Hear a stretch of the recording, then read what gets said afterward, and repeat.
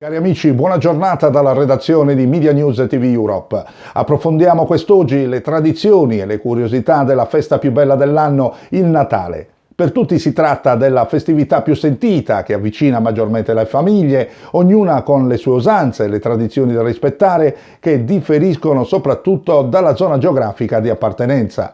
Da sempre sono rimasto affascinato personalmente da queste differenze in ogni viaggio che vado ad affrontare per la penisola e nell'intera Europa. Chiedo sempre alla gente del posto di raccontarmi le loro usanze, considerando che ovunque convivono tante di quelle belle diversità che è importante conoscere ed apprezzare.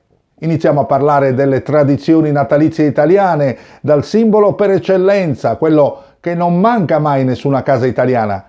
L'albero di Natale infatti ha origini antiche, c'è chi lo fa risalire al 1441, quando nella piazza centrale del municipio di Tallinn in Estonia fu eretto un abete gigantesco attorno al quale giovani single ballavano in gruppo alla ricerca dell'anima gemella, e chi invece a Basilea in Svizzera, di cui sembra ci siano tracce risalenti al XIII secolo. La tradizione fu comunque ripresa nella Germania del XVI secolo, dove venivano decorati con mele e frutta secca, e rimase nelle regioni a nord del Reno fino agli inizi del XIX secolo.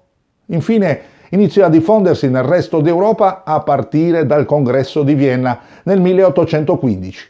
In Italia l'albero di Natale arrivò nella seconda metà dell'Ottocento, grazie alla regina Margherita di Savoia, che ne fece addobbare uno nel palazzo del Quirinale, lanciando una vera e propria moda che si diffuse rapidamente in tutta la penisola.